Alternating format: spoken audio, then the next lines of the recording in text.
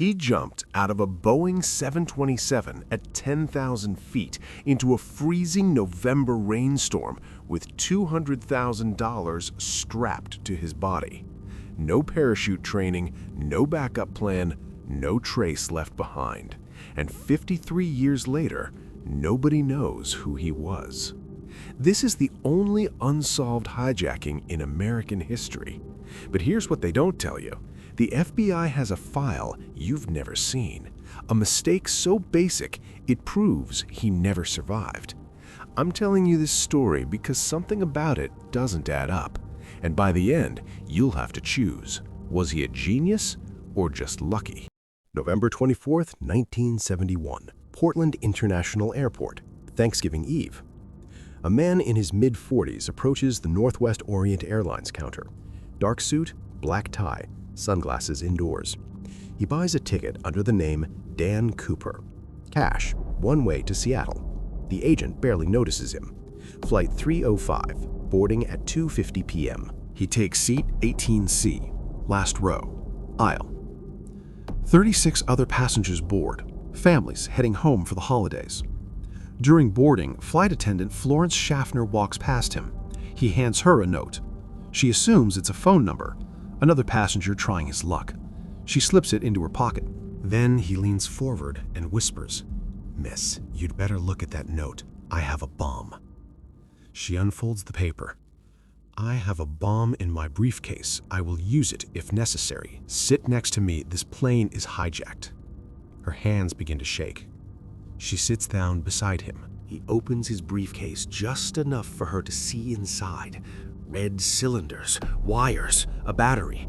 She can't tell if it's real, but she can't risk it. He calmly explains his demands, polite and controlled, like ordering coffee. $200,000 in $20 bills, 4 parachutes, a fuel truck waiting in Seattle. Then he adds something chilling. "When we land, release all the passengers. The crew stays with me." He isn't planning to escape on the ground. He's planning to jump. Now pay attention. He asked for 4 parachutes. Not 1, not 2, 4. Why? Comment parachute if you think you know the reason. The plane circles Seattle for over 2 hours while the FBI scrambles. Cooper remains calm, drinks a bourbon and soda, pays for it. He even offers to let the passengers order dinner on him. Meanwhile, on the ground, the FBI is pulling together $200,000 in unmarked bills. Except they are marked. Every serial number is photographed and recorded. The bills come from the Federal Reserve Bank of San Francisco, all traceable. They also gather 4 parachutes, 2 primary, 2 reserve. 1 reserve chute is a training chute, non-functional. The FBI assumes he'll take the working chutes, but they're wrong. At 5:39 p.m., Flight 305 lands in Seattle. Cooper orders the plane to taxi to an isolated area of the tarmac. A single car approaches. A Northwest Orient employee steps out, carrying a canvas bag and a nylon sack. He walks up the stairs. Cooper inspects the money, counts it, inspects the parachutes. Then he lets all 36 passengers go. One by one, they file off the plane. None of them know what's happening. They think it's a minor delay. They have no idea they just sat 3 feet away from one of the greatest unsolved mysteries in modern history.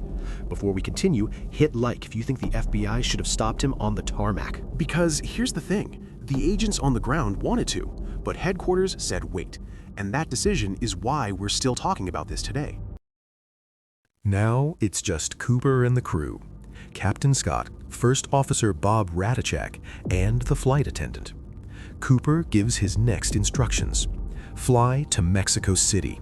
Keep the altitude below 10,000 feet. Speed no more than 150 knots. Flaps at 15 degrees. Rear stairs down. The Boeing 727 is the only commercial jet with rear air stairs, stairs that deploy from the back of the plane mid-flight. It's a design flaw, and Cooper mows about it. The crew is terrified. Flying that slow, that low, with the stairs down is aerodynamically unstable and dangerous. But they comply. The plane refuels and takes off at 7:36 p.m., heading south. Cooper orders everyone into the cockpit and closes the curtain behind them. At 8 p.m., a warning light flashes. The rear stairs have been deployed. The crew feels a sudden change in pressure. At 8:13 p.m., the plane's tail dips sharply. Something heavy just left the aircraft. Captain Scott tries to radio Cooper. There is no response. 20 minutes later, they land in Reno for an emergency check. The rear stairs are still down, swaying in the wind. The cabin is empty. The tie is on the floor. 2 parachutes are still there, but Cooper, the money, and 1 parachute are gone. Somewhere over the Cascade Mountains, in a freezing rainstorm with 0 visibility, D.B. Cooper jumped into the night and vanished. But here's what the FBI files hint at. What if there was no jump at all? Some agents believe it, and I'll explain at the end. But remember that training parachute I mentioned? The one the FBI intentionally included? He took it.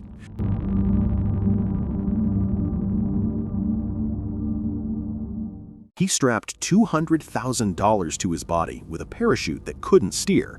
If you want to see the classified memos on that decision, subscribe now, because that one mistake might prove he never made it out alive. The next morning, the FBI launches the largest manhunt in American history. They call it NORJAC, Northwest Hijacking. Investigators triangulate the flight path, wind speed, and altitude. They estimate he jumped near the Lewis River in southwest Washington. Hundreds of agents, military helicopters, and search dogs comb the forests for weeks. Weeks turn into months. They search through spring, snowmelt, and summer heat. Nothing is found. No parachute, no body, no money. Just dense wilderness, freezing rivers, and endless trees.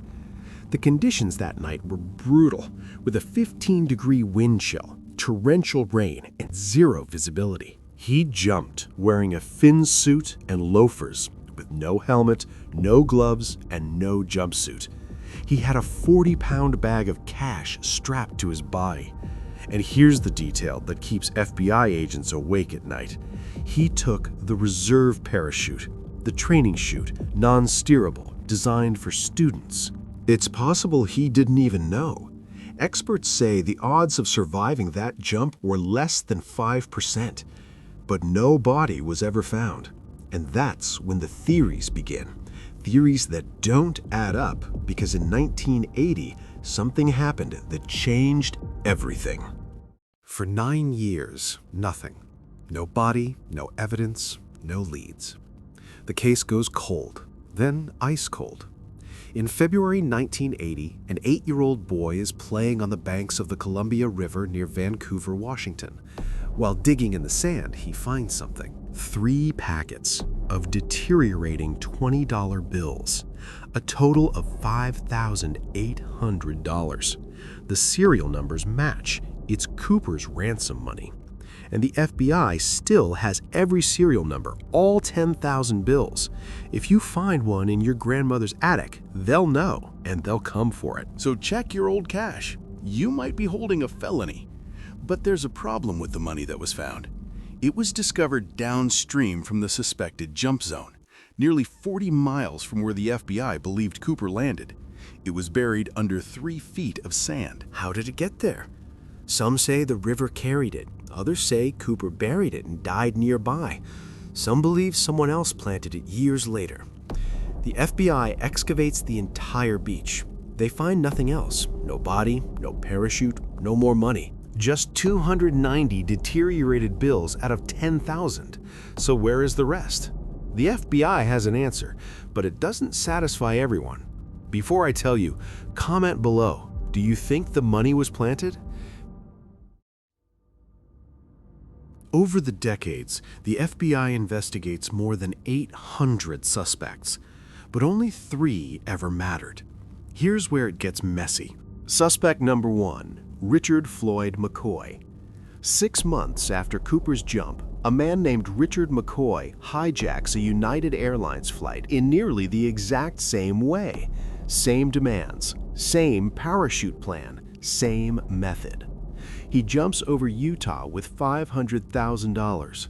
But unlike Cooper, McCoy is caught. The FBI finds him 2 days later. He's a Vietnam veteran, an experienced parachutist, and a helicopter pilot. He matches the description. But there's a problem.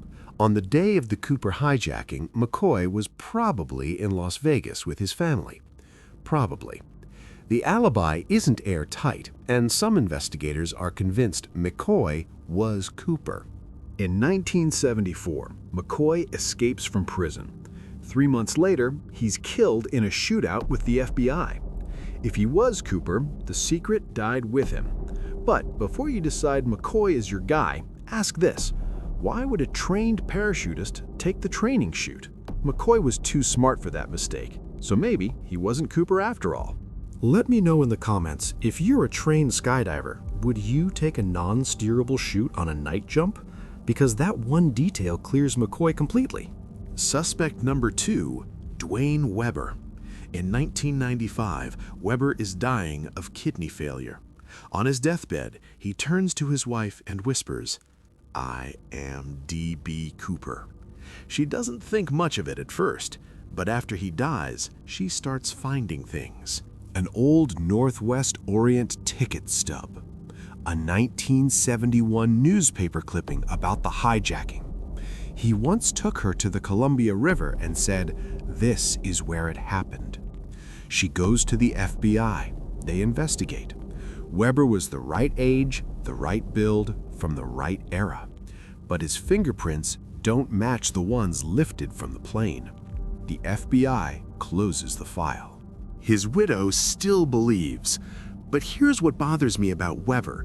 He confessed to his wife. Cooper didn't even tell the flight crew his real name. Why would he confess decades later? It doesn't fit the profile. Suspect number 3, Robert Rackstraw. This one is the most controversial. Army veteran, explosives expert, pilot, con man. He matches the FBI sketch almost perfectly. In the late 1970s, Rackstraw is investigated for fraud, forgery, and even murder. He's acquitted. Former FBI agents become obsessed with him. They claim they found coded letters sent to newspapers in the 1970s, possibly from Cooper himself, that point directly to Rackstraw. The FBI officially denies this. Rackstraw dies in 1919. He never confesses. People who knew him say he would drop hints, smirk when Cooper's name came up. Was he Cooper, or just a man who liked attention? Here's my take. If Rackstraw was Cooper, he would have bragged. Men like him can't resist. The silence is the clue. There are dozens more suspects. William Gossett, Kenneth Christensen, Barbara Dayton. Every few years, a new name emerges, and every time, the evidence falls just short. Because there's one piece of evidence no one can explain: the training parachute. What actually happened to D.B. Cooper? There are 3 main theories and one new piece of evidence. Theory 1. He died in the jump. The FBI believes this. The weather was catastrophic. The jump zone was dense wilderness. He had no confirmed training. Even experienced skydivers say surviving that jump would be nearly impossible. The parachute he took wasn't steerable. The money would have made him unstable. If the impact didn't kill him, the cold would have. Hypothermia in under an hour. His body could be buried under decades of foliage or swept into the Columbia River and washed out to sea. But if he died, why have only $5,800 surfaced? Where's the rest of the money? Theory 2. He survived the jump, but died later. Maybe he landed safely, buried the money, burned the parachute, and walked out of the forest. But the injuries caught up with him. Internal bleeding, broken bones, infection. He dies days or weeks later. No identification, no witnesses, just another John Doe buried in an unmarked grave. It's possible, but unlikely. Because if he survived the jump, why not retrieve the money? Which brings us to the theory everyone debates. Theory 3. He got away with it.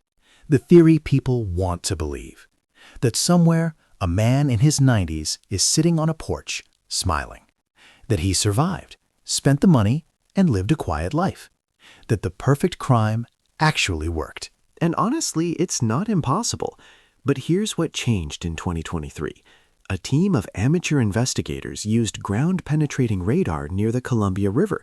They found something buried. Not a body, Not money, a parachute harness, partially burned. The FBI is analyzing it now. Results are pending.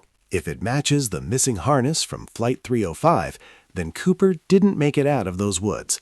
The case might finally be closed. So who was D.B. Cooper? We don't know. Did he survive? We don't know. Where's the money? We don't know.